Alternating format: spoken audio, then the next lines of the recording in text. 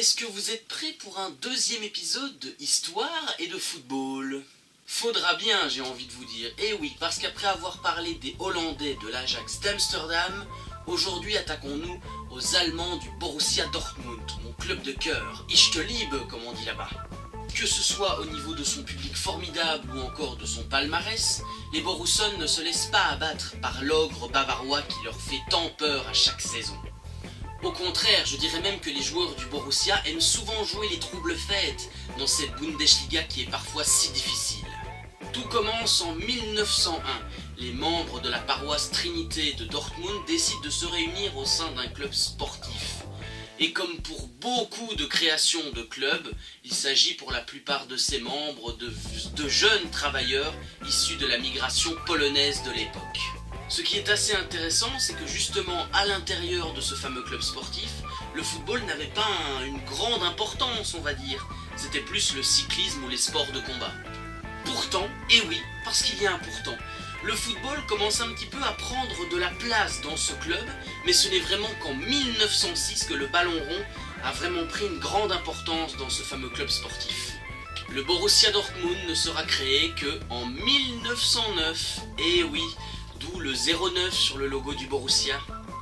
Et vous savez, généralement, dans les premières créations de clubs, les personnes aiment se réunir dans un bar, dans un restaurant, autour d'une bière, pour un petit peu discuter de pourquoi, comment est-ce qu'on va le créer, ce qui ne plaisait pas du tout aux ecclésiastiques de l'époque, qui ont fini par interdire ces réunions.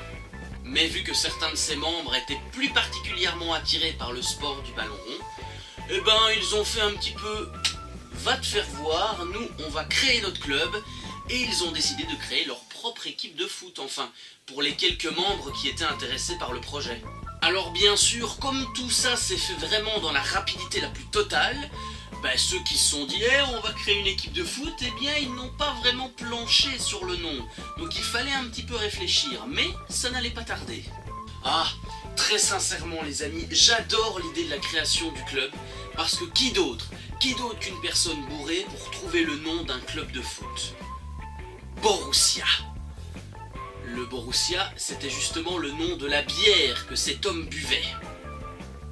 Attention les amis, petit cours d'histoire, eh bien oui, il faut savoir que justement le nom Borussia en latin ça veut dire Prusse. Et Prusse c'était un petit peu le royaume à l'époque dans laquelle la ville de Dortmund était englobée on va dire, comme ça vous le savez. Une fois le nom trouvé, on y ajoute la date de création, donc 1909, mais également la mention Ballspielverein, ce qui en allemand veut dire tout simplement jeu de balle. Donc au final, les abréviations BFB sont toutes trouvées. BFB 09 les amis. Ce qui est assez comique, c'est que justement à l'époque, les joueurs ne jouaient pas du tout en jaune et noir. Mais non, pas du tout, pas du tout. Les joueurs de l'époque arboraient un maillot rayé de bleu et de blanc. Donc pas exactement la même couleur qu'aujourd'hui, vous voyez le genre. Continuons, puisque durant l'année 1913, trois clubs précis sont un petit peu absorbés par le Borussia Dortmund. C'est notamment le cas de Britannia, Rhenania et Deutsche Flag. Et c'est justement grâce à l'absorption de ce club, donc Britannia, que les couleurs jaune et noires sont officiellement arborées par le Borussia Dortmund. Et grâce à ce changement de tunique, les jaunes et noirs, appelés comme ça désormais, gagnent leurs premiers titres régionaux entre 1910 et 1920. Alors les amis, on ne va pas tellement aborder le cas de la Seconde Guerre mondiale, sinon cette vidéo prendrait 20 longues minutes et je n'ai pas envie de ça. Mais retenez juste que le Borussia Dortmund a dû faire face, comme beaucoup d'autres clubs, à la montée en puissance du Troisième Reich et bien sûr au parti nazi, qui va bien évidemment avec. Et ce qui devait arriver arriva, puisqu'après la libération du territoire allemand, le Borussia Dortmund cessa tout simplement d'exister. Peut-être revenir plus fort, qui sait. Il faudra attendre jusqu'en 1949, vous imaginez, 1949, pour que le Borussia Dortmund revienne à son nom d'origine, et mieux, qu'il gagne sa première compétition nationale, bravo. L'équipe atteignit d'ailleurs la finale du championnat, mais fut malheureusement battue 2-3 par le VfR Mannheim. Oui, c'est un club que je ne connais pas, mais à l'époque, apparemment, ils étaient forts. Il est important que vous sachiez également, parce que ça c'est quand même une note de culture générale à propos de ce club, c'est que le Borussia Dortmund a remporté une Ligue des Champions. Une Ligue des Champions, mais en 1997, et c'était face à la Juventus de Turin, une victoire 3-1 pour les Borussen. Bien sûr, cette victoire en finale de C1, elle a eu des répercussions immenses, mais immenses, parce que cela a tout simplement permis au monde entier de découvrir qui était le Borussia Dortmund. Une grande équipe se mit en marche à ce moment-là, et ce n'était que le début. Bien sûr, vous avez raison, comment ai-je pu oublier, comment ne pas parler de son stade, le Signal Iduna Park, contenant plus de 80 000 places, et ce, à chaque match. Chacun de leurs matchs est à guichet fermé, les amis, vous imaginez ? Vous vous doutez bien que ce stade, c'est pas seulement un espèce de bâtiment, mais non, c'est tout simplement une ambiance de folie à chaque match, avec le fameux mur jaune. Franchement, pour y avoir été une fois, ce mur jaune, il est vraiment impressionnant. Le Borussia Dortmund entretient une forte rivalité, voire une très grande, avec Schalke 04, qui est tout simplement son rival par excellence, puisqu'ils s'affrontent lors du fameux derby de la Ruhr. Derby chaud quand même.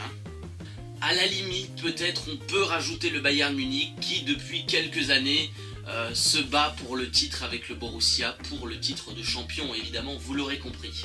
Alors j'aimerais terminer tranquillement cette petite vidéo en vous parlant du palmarès de cette équipe, qui vaut quand même le coup d'œil, je dois vous l'avouer, avec 6 Super Coupes d'Allemagne, 5 titres de champion, 3 Coupes d'Allemagne, une Ligue des Champions, et des petites coupes sur les côtés, des petites coupes nationales, mais c'est quand même une équipe qui a une renommée monstrueuse à travers le monde, avec un public génial, une ambiance de dingue, et voilà, quelle équipe franchement. Voilà, ce fut long à écrire, ce fut long à tourner, et tout ça, mais le résultat est là quand même, non ?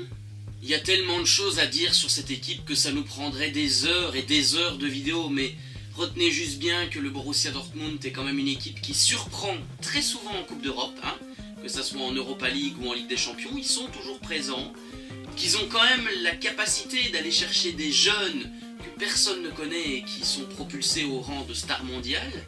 Donc très sincèrement, cette équipe elle est chouette à regarder, elle a un style de jeu très particulier, un public fantastique, des surprises parfois en Coupe d'Europe, donc tout simplement, c'est les raisons pour lesquelles le Borussia Dortmund mérite d'avoir sa petite vidéo sur cette chaîne, pardon, je ne sais plus parler. Donc voilà. Alors si cette vidéo vous a plu, n'hésitez pas à vous abonner à Histoire et Foot, à partager la vidéo, c'est important, entre guillemets. Laissez votre petit avis ou dites-moi justement quel club vous avez envie que je parle. Et on se retrouve dans 2 semaines pour l'épisode 3, j'espère que ça vous plaira. Allez, à la prochaine, passez de bonnes vacances et on se retrouve très vite pour de nouvelles vidéos. Bisous!